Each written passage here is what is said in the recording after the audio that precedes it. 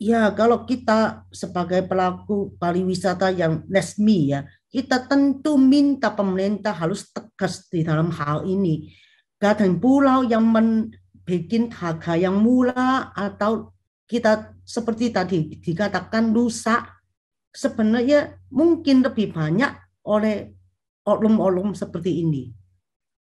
Nah, kalau kita yang berizin, saya rasa kita pasti menjagalah citra Indonesia.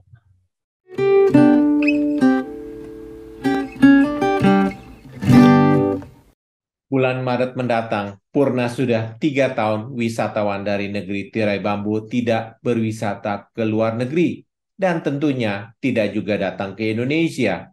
Tanggal 8 Januari 2023, pemerintah China melalui Komisi Kesehatan Nasional NHC menetapkan tidak lagi ada peraturan mengenai karantina. Dengan sendirinya, wisatawan China bebas berwisata ke luar negeri. Tetapi banyak tanggapan pro dan kontra penerimaan atau penolakan terhadap mereka.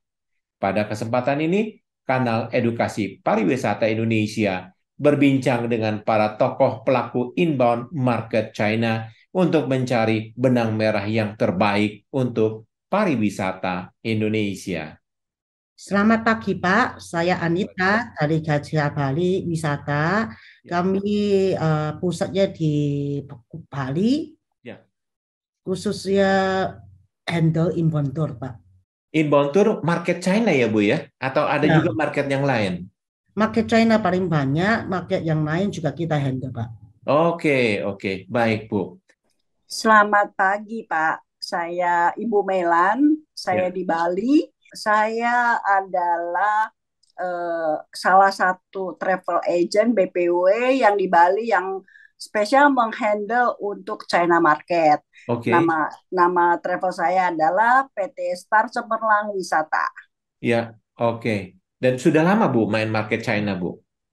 Sudah, Pak, udah hampir 15 tahun, Pak. Oke, Oh, oh, hampir lima ya, belas tahun bermain bersama market China. betul. Selamat pagi Pak Ongki, saya Michael, panggilan Michael, nah, gitu. Mike. Ya selamat pagi, saya dari PT Jack Wings Bali, bidang di China Market, ya. Selamat pagi Pak.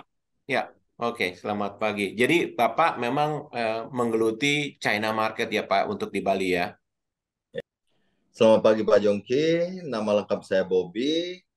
Saya industri pariwisata di Bali, berkantor di Nusa Dua, dan nama perusahaan kita BPW Gandewa Bayu Sakti, bergerak di market Tiongkok. Oke, nama perusahaannya apa? Bagus sekali Pak, Gandewa. Yes, Gandewa. Apa harapan para pelaku pariwisata khususnya inbound tours market China mengenai tindakan atau kebijakan pemerintah bagi rencana kedatangan wisatawan China tersebut? Silakan Bu Anita. Ya tentu kita berharap pemerintahan bisa lebih banyak promosi di market China karena kita melihat bahwa penduduk China kan cukup banyak ya, Chinese-nya kan cukup banyak. Kalau kita dapat 1% aja sebenarnya sudah lumayan banyak. Maka kami berharap pemerintah bisa lebih banyak promosi.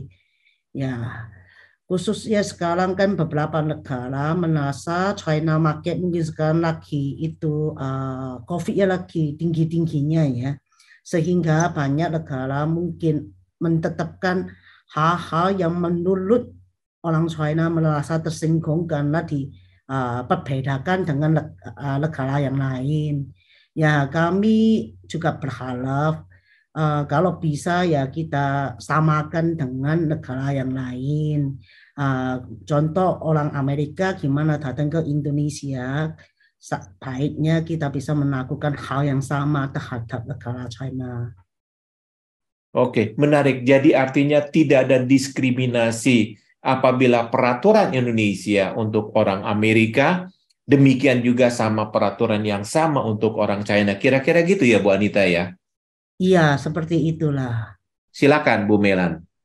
Oke, eh, kami berharap tahun 2023 ya, Ya, eh, China di 8 Januari sudah membuka pintu untuk warganya traveling, tapi hanya terbatas hanya untuk FIT dulu, belum resmi, grupnya belum resmi gitu ya. Tapi kabar ini sudah cukup menyenangkan sekali, kami merasa senang sekali. Kenapa? Kita sudah menunggu 3 tahun. 3 tahun, betul. Sampai sekarang baru ada titik terangnya. Kami sudah menunggu lama. Dan kami gembira juga pemerintah Indonesia tidak mengeluarkan kebijakan-kebijakan yang seperti Korea Selatan atau Jepang yang sangat diskriminasi terhadap turis-turis Tiongkok.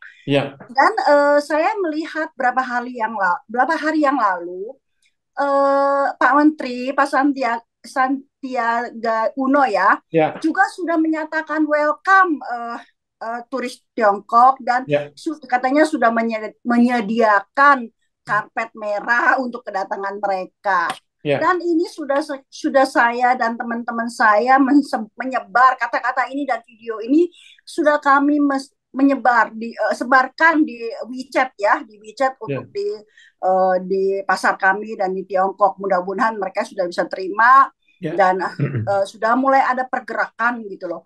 Nah, kami juga waktu kita sempat meeting sama Pak Menteri pada saat tanggal 2 Januari, kami juga sudah langsung menyampaikan ke Pak Menteri, walaupun sekarang Tiongkok COVID-nya sedang tinggi-tingginya, tapi kami mengharap pemerintah Indonesia mencontoh Thailand. Mereka sangat welcome gitu, sehingga grup yang pertama mereka ke Thailand juga sudah mulai banyak gitu.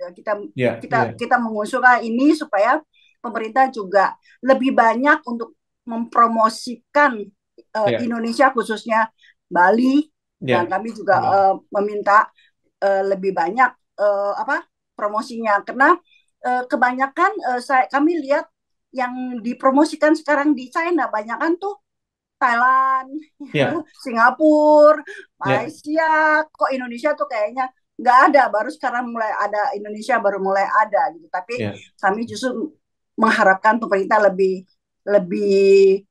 besar lagi promosinya supaya mereka tahu sebenarnya Bali tidak kalah dengan Thailand gitu. Cuman mungkin kurang promosinya, itu aja yang kita harapkan. Dan kita mengharapkan Indonesia tetap mempertahankan keadaan sekarang. Bagi warga yang datang hanya cukup 2 kali vaksin dan tidak ada permintaan lain-lain. Kebetulan saya hari ini baru agent saya baru pulang dari Bali ke China, dan mereka pada saat check-in juga sangat lancar-lancar. Dan kemarin juga saya udah mengajak mereka ke klinik untuk mengambil PCR 48 jam karena pemerintah mereka masih meminta itu gitu loh. Dan saya rasa sampai saat mereka pesawat dengan Cathay Pacific ke Hong Kong, sampai saat ini so far so good, tidak ada kesulitan apa-apa di airport Bali ya, di Ngurah Rai. Karena saya juga bilang apabila Anda ada kesulitan apa-apa, tolong telepon saya. Tapi sampai saat ini saya nggak terima telepon dari mereka. Nah, itu mungkinnya aman-aman, itu aman, nggak ada masalah. Jadi saya rasa untuk masuk dan keluar itu sangat bagus. Dan agent saya bilang begini, kok sekarang Indonesia sudah bagus ya imigrasinya. Gitu, Pak. Jadi artinya tidak melupakan faktor kesehatan dan keamanan, tetapi kita juga perlu mendatangkan wisatawan China. Baik, silakan Pak Mike. Ya, sekarang kan contoh Pak ya, seperti Thailand sekarang kan tidak ada PCR. Jepang, Korea pingin PCR. Nah, harapan saya tentunya kita nggak perlu PCR, Pak. Tetapi pulangnya kan pemerintah Cina kan harapan harus PCR, wajib PCR.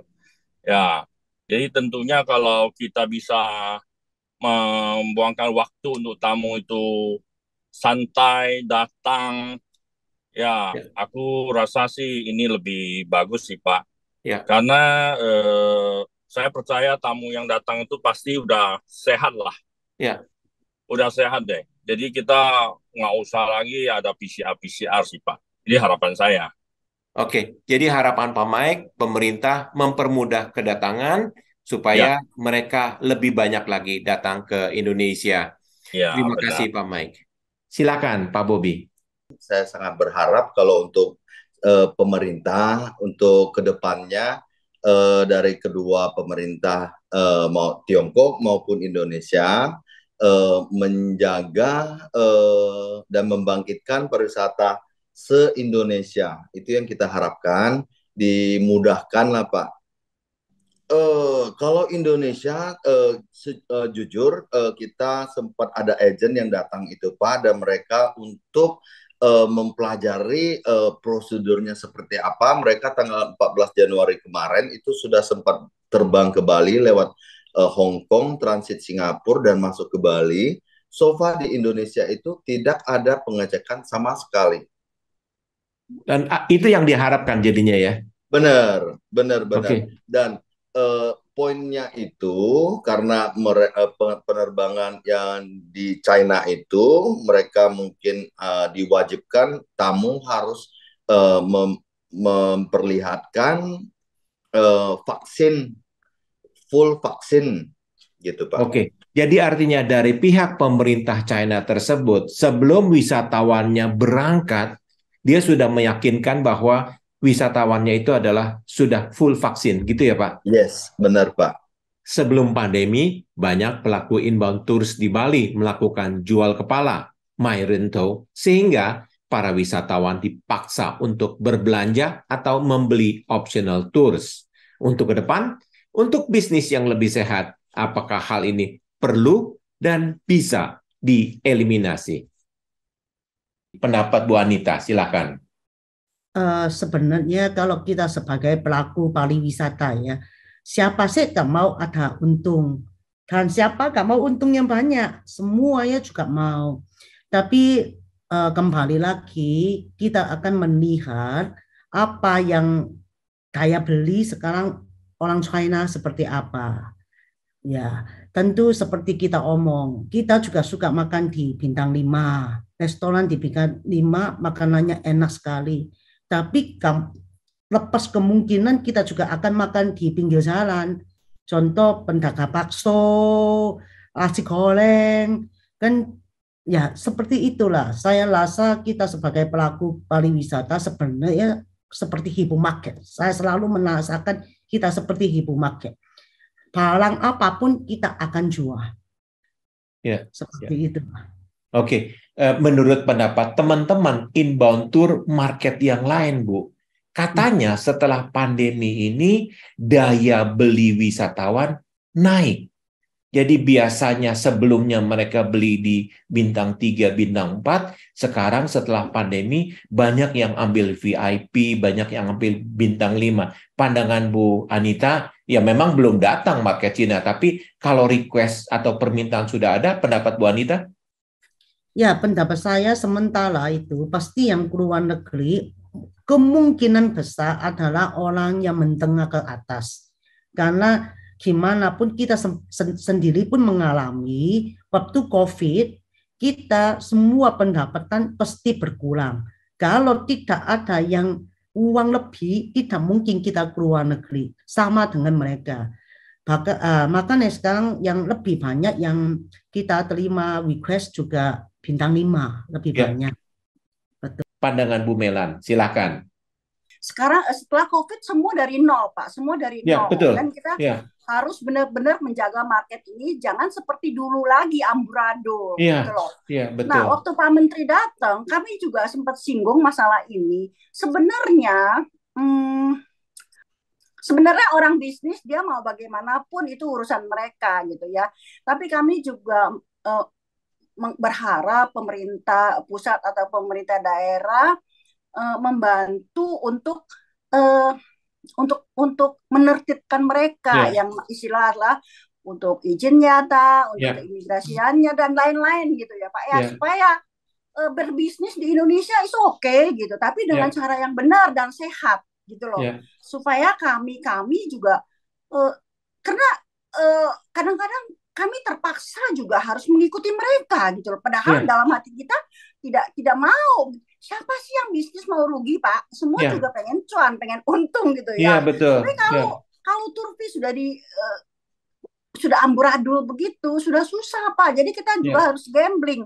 Kita juga betul. nggak mau begitu, Pak. Kita juga Ya, nggak mau. Jadi tapi toko-toko itu uh, uh, bukan bilang toko-toko itu tidak boleh buka, silakan, tapi dengan yang wajar gitu loh, ya, silakan. Pemerintah tolong membantu mengawasi mereka gitu loh, sehingga kita bisa bisnis dengan kita ya, kita juga bisa berbisnis dengan wajar. Dulu sebelum ada mereka, kami di sini juga punya uh, untuk shopping kopi luwak, dan ya, itu berjalan dengan oke, dengan bagus gitu ya, loh. ya. Nah, Oke. Nah, ini juga kita sangat mengharapkan pemerintah bisa ikut ikut membantu kami, karena ini bukan kekuasaan kami ya. Silakan, Pak Mike. Ya tentu ya nggak sehat. Nggak sehat itu ya seperti yang Bapak bilang itu dipaksa, tentunya Ya, kan jadi beban. ya, betul. Jadi beban, toko juga jadi beban gitu loh, Pak. Ya, baik. Ya, jadi barangkali permainannya masing-masing itu bakal berbeda-beda perusahaan sih, Ya, Pak. oke. Untuk bisnis kita yang lebih sehat, apakah Bapak setuju kalau istilah Maidento ini dihapuskan, ditiadakan, kita tidak lakukan lagi untuk bisnis yang lebih sehat? Pendapat Anda, Pak Bobi, silakan. Kita sebagai BPW sangat mendukung Pak, karena yang kita jual memang jasa ya, biro perjalanan itu ya dikategorikan jasa, jadi itu memang kita menjual program-program gitu Pak. Ya, oke. Jadi artinya sebaiknya tidak ada jual kepala seperti itu, kita bisnis dengan normal, persaingan dengan sehat, gitu ya Pak?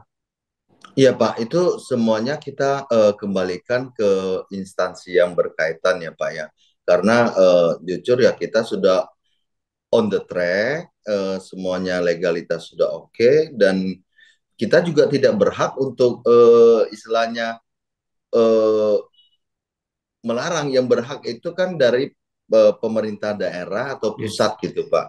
Ya, oke. Jadi artinya menurut Pak Bobi, karena kita sesama pelaku pariwisata, kita swasta tidak berhak melarang, yang melakukan pelarangan, yang melihat itu adalah pemerintah, baik pemerintah pusat maupun pemerintah daerah. Apa harapan BPW dalam hal penegakan hukum, law enforcement, pemerintah Indonesia bagi para pelaku pariwisata tidak berizin, khususnya yang melayani wisatawan dari China dan dapat beroperasi di Bali? Pendapat Bu Anita. Ya, kalau kita sebagai pelaku pariwisata yang resmi ya, kita tentu minta pemerintah harus tegas di dalam hal ini. Kadang pulau yang membuat harga yang murah atau kita seperti tadi dikatakan rusak, sebenarnya mungkin lebih banyak oleh oknum-oknum seperti ini. Nah, kalau kita yang berizin, saya rasa kita pasti menjagalah citra Indonesia. Jadi apa pandangan Bu Anita? Bagaimana pemerintah harus melakukan penegakan hukumnya? Ya seharusnya mereka harus, ya gimana ya, kalau mereka tidak berizin berarti mereka melanggar hukum, seharusnya tegas untuk memulangkan mereka ke negara asalnya, tidak boleh ke Indonesia lagi, sehingga mereka akan takut. Ya. Sehingga teman-teman yang mereka juga takut datang ke sini. Karena setahu kita, misalnya biasa ada satu yang datang ke sini berhasil dengan ilegal bisa handle tamu, mereka pasti akhirnya memanggil teman yang lebih banyak lagi. Dan lebih banyak mereka itu misalnya mereka terima optional tour atau apa dari mereka, atau tour dari mereka pakai WeChat atau apa. Itu juga sama sekali tidak buat Indonesia ada hasil yang maksimum ya. Saya merasa seperti itu. Oke, baik. Terima kasih sekali Ibu Anita Gajah Bali. Apa sih harapan dari Bu Melan terhadap pemerintah untuk law enforcement ini? Harapan kami, Pak, pemerintah harus turun tangan, menertibkan yang tidak BPW yang tidak berlisensi dan BPW yang nakal. Ya. Nah, itu harus benar-benar ditertibkan. Kalau mereka benar-benar diperingatkan 1 kali, 2 kali, 3 kali tidak mau dengar, cabutlah license-nya. Atau Ya. dia tidak punya license, kasih sanksinya gitu loh. Oke. Karena ini bukan kuasa kami, ini pemerintah yang harus bertindak begitu loh, Pak. Jadi Ya. pemerintah juga harus tegas dalam masalah ini supaya bisa berjalan dengan baik Iya. semuanya gitu loh, Pak. Tapi gini Bu, kalau mencabut license kan sekarang mengaplikasi untuk satu izin yang baru bukan satu hal yang sulit. Saat ini satu orang dicabut license-nya, dia membuat lagi aplikasi dengan nama istrinya kah siapa. Tapi apakah ada keberanian untuk melakukan blacklist terhadap seseorang sehingga teman-teman pendukung pariwisata tahu bahwa oh ini orang curang. Kira-kira bisa nggak Bu seperti itu? Sebenarnya kami pemain market ini saling tahu karena kita lihat dari turfi yang dia jual di sana, kita akan tahu oh tiket pesawatnya segini sehingga turfinya segini gitu. Jadi kita dari itu hitung dengan itinerary ini. Jadi kita sebenarnya tuh bisa tahu gitu loh, bisa tahu. Tapi kalau kami juga ingin supaya teman-teman kalau apabila bisa tahu melaporkan. Nah, selanjutnya setelah dilaporkan, pemerintah akan bertindak apa enggak gitu loh. Ya. Kalau enggak percuma dong, buat apa kita laporin gitu. Kita akan tahu, Pak. Dan kita bersedia untuk melaporkan yang nakal-nakal. Baik, terima kasih Ibu Melan dari Star Tour Bali khusus pemain inbound China. Apa pendapat Pak Mike? Harapan saya Pak, tentunya provinsi daerah harus kerja keras, Pak. Ya. Ya, kita segera tertibkan yang tidak punya izin, guide yang tour leader yang nggak punya license, toko yang nggak punya izin, contoh yang WeChat Pay yang tidak kekontrol. Ini perlu kita tertibkan, Pak. Tentu bukan kita pihak travel, tentunya provinsi daerah yang harus tertibkan. Itu aja sih Pak yang saya harapkan. Jadi artinya sangat-sangat diharapkan dalam hal ini pemerintah daerah melakukan law enforcement gitu ya Pak Mike ya? Iya. Memang ini tugasnya pemerintah daerah sih Pak. Tugasnya pemerintah daerah yang tentunya bermanfaat bagi Indonesia, bagi pusat, bagi keuangan kita, bagi devisa Indonesia. Benar. Baik, demikian Pak Mike. Terima kasih atas waktunya. Harapan Anda, Pak Bobby. Saya sendiri meminta untuk pemerintah daerah untuk lebih ketat, lebih mengawasi untuk yang praktik-praktik yang ilegal gitu. Ya. Oke, menarik sekali. Terima kasih sekali Pak Bobby, Buddy Bali Tours dari Bali. Demikian diskusi kami dengan beberapa pelaku pariwisata, khususnya inbound tours market China, sesi 1. Pada sesi berikutnya, kami mengundang Bapak Nikolaus Lumanau untuk mengulas materi yang sama dari sisi keilmuan pariwisata. Terima kasih kepada para narasumber yang telah memperkaya wawasan pariwisata kita, dan terima kasih juga kepada Saudari Happy Chandrawati, Sekretaris INTOA, sebagai pengarah acara. Salam Pariwisata Indonesia Maju.